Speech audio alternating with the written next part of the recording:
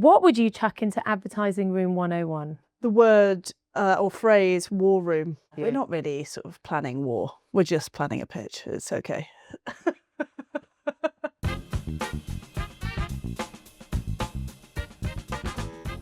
Welcome to the sofa, Mel Arrow, CEO of McCann London. Thanks for joining us. Have a nice little coffee this morning. So what does after work mean to you? Well, recently, after work has meant indulging my newfound sauna addiction. Oh, brilliant. Yeah, so there's a new community sauna that's opened up sort of 5 minutes from my house, and I'm now a sauna person. Every day? No, not every day, but I try and go twice a week. So not fully addicted, but enough of a sauna routine. and cold plunge? Yeah, it's both. And then you go and dunk yourself in a 4-degree ice plunge and then do it all over again. I've never done an ice plunge. Yeah. I'm very nervous of that. Yeah, I mean, it's hard and painful, but it starts to feel nice after a while in a weird way. There's also sauna hats are a thing. Little felt hats. I think the benefit is that they keep you a little bit cooler and they stop your hair from drying out or going frizzy. Right. So naturally, I put the hat on. Yeah. But they make you look like cute little sort of elves. So everyone's sort of walking around, like warming themselves by the outdoor fires and wearing their little elf hats. And you can't take each other seriously? No, of course not. Of course okay, not. Perfect. It's a lovely sort of escape Have you made from reality. friends? Good question. No, but there are people who I sort of acknowledge, and there are friends that I go to the sauna with. Looking forward to seeing how that develops over the months. So let's talk about leadership. So you have said, I won't stop being me, I'll learn and evolve, but I'm not suddenly going to become someone else. Yeah. I mean, well done for knowing exactly who you are, but can you tell us a bit about who you are and how you stay authentic? Yes. I think that statement as well was at the point where I was taking the CEO role and stepping out of the CSO role. So there was a bit of a sort of forced, not identity crisis, but just, what version of a CEO am I going to be? Because, it's not the usual track to get to CEO. So yeah, it forced me to kind of go, what leader am I going to be? One of the things that I would say is a strength of mine is that I have a kind of conviction in my sense of taste and opinions and what I like and what I don't like and what my stance is on things. So I think, I have a kind of strong sense of, my preferences and who I am and how I want to show up in the world. And I think that is great when you're working in an industry that is all based around taste and, creativity is about being able to express your opinions and what you like and what you don't like. And I like the word taste rather than judgment. Yeah.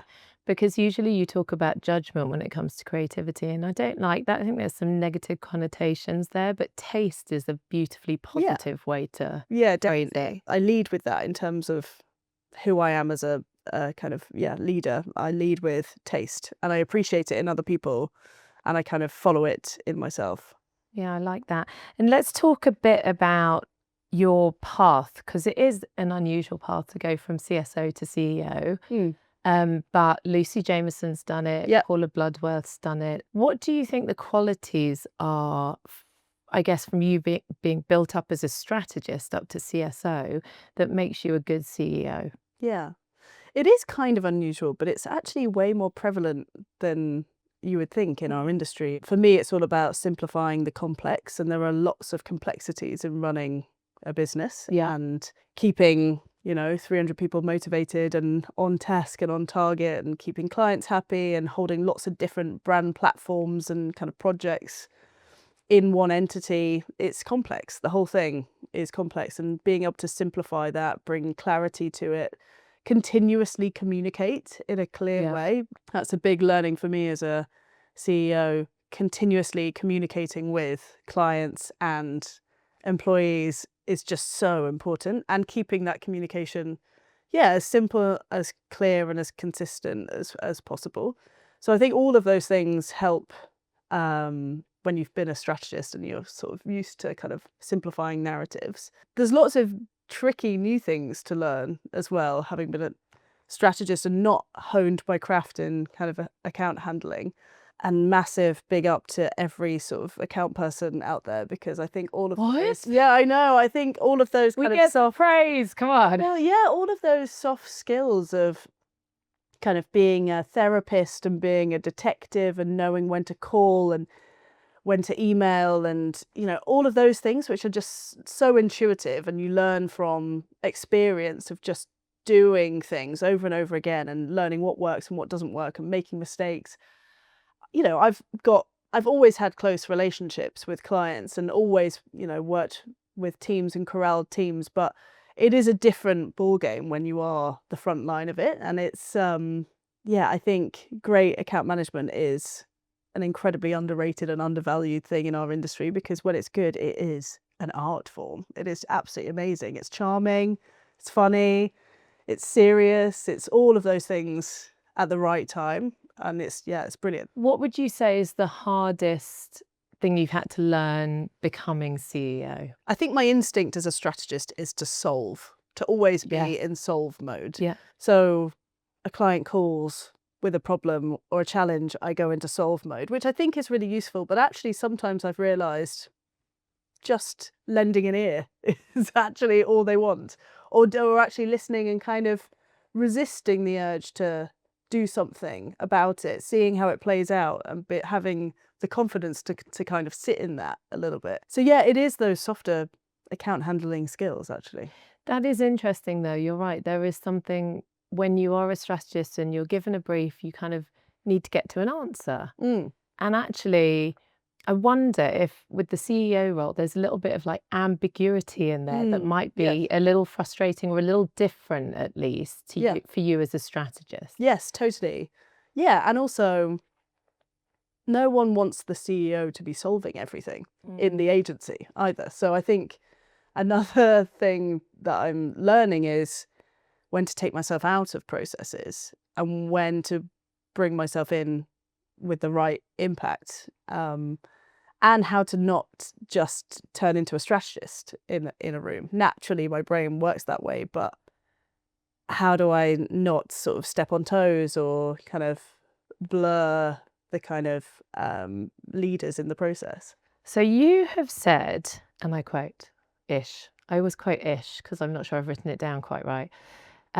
You've advocated for a focus on potential rather than past success, which I really enjoy, because we all have a tendency to wang on about the stuff we've done and the campaigns we've done as like we're proud of them. Yes. So it's important to talk about them, but it's almost like a justification for knowing what you're talking about. Yes. And I like you saying, actually, you should just strip yourself of that. How do you talk about past experiences without ego, or with it being useful to you moving forward? Like, that's the bit I'm quite interested in, because the older we get in the industry, we always like to talk about the campaign we did with Eric Cantona or the Nike or whatever it is, because we love it, we're proud, we're excited.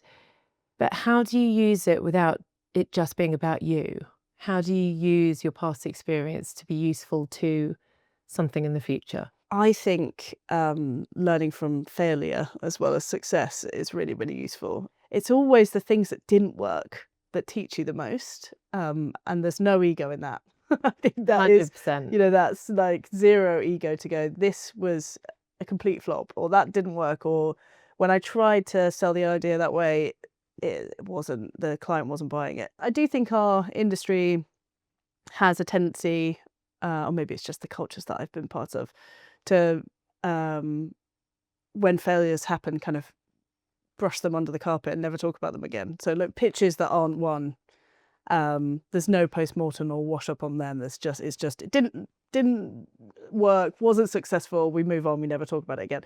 But I think dissecting failures and things that went wrong is like a great source of insight and great source of future success. Language. So you are a keen writer, I hear.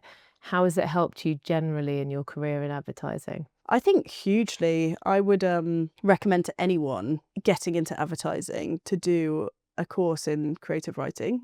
I did courses when I started in the industry at Central St Martin's in the evening. They use a method whereby you have to bring writing every time, and then the writer is silent. So your work is critiqued and feedback is given, but you're not allowed to respond to it, which is such a great lesson that, you know, when you put work out into the world, whether that's a book, whether that's a piece of content, an advert, you're not going to be there to explain what it means to someone. So it has to be clear. It has to have its intention clear within it. It's also just a great lesson in giving feedback in a constructive way. Yeah. It's made me so much better at creative reviews. I know what it feels like to put something that you have created out there for feedback, and actually when that feedback isn't framed in a constructive way, you just sort of switch off and don't listen to it. There's an emotional human response. It's the, you know, human response around failure. The same is when your work is being kind of critiqued, you're like, oh. So actually learning how to give feedback was such a big part of the writing process, or learning to write. But the skill of writing and storytelling, as you said, so crucial to being a strategist, being able to take people on a journey, build a narrative, but also find the right words for a proposition or a brief that just are more springy and more interesting and just spark more interesting creative ideas. Like, that's the core of strategy for me, just not using dull language, finding the most kind of astute way of kind of sending people off in the right direction. What's your biggest professional mistake? I think, and I've got a lot better at this because I've learned from my mistakes. I think any professional mistake that I've made has come out of acting too quickly. Sending an email when I, you know, hadn't calmed down or thought it through, or being a bit too sort of reactive and knee-jerk. What keeps you up at night? She sleeps. Yeah. I mean, Sleep really well. okay at sleeping. I take magnesium before bed, so that really. Do you? I Yeah, need it's to a start big- because I'm it's a up good one. between 3 and 4. No, 3 and 5 every night Yeah, magnesium helps with that. on it. I I used to take it and then I was like, couldn't even get up in the morning. So I think I was overdosing. I Right. maybe cut down. Yeah, cut down. What's the best piece of advice you could give someone about to start their career in advertising? Say yes to everything. Mm. I had that rule for myself when I started. Even if I was a bit nervous about doing it or afraid of doing it, just say yes and kind of work out how to do it afterwards, which definitely put me in a few hairy sort of situations and moments. But yeah, say yes to going to the meeting, say yes to doing the panel and the talk, say yes to helping someone with something, to the pitch. I think it switches me. I was yes for years, Yeah. probably 20 years, and now I'm no. I think what it is, I think it's say yes if your instinct is to say no out of fear. Yeah. That was always the thing for me. So being asked to present at a client meeting when you're like a grad and you're 23 and every part of your being wants to go, no, I don't want to do that. Mhm. That's when you have to force yourself to say yes. Yeah. So say yes when you're saying no out of fear. Be comfortable in the uncomfortable, Yeah. right? Got ya. Mel, this has been an absolute pleasure. Thank you so much. Thank Can't you. have a cuppa. I really appreciate it. Thank you very much. If you had the opportunity, who would you like to interview? Anyone? Bruce Springsteen.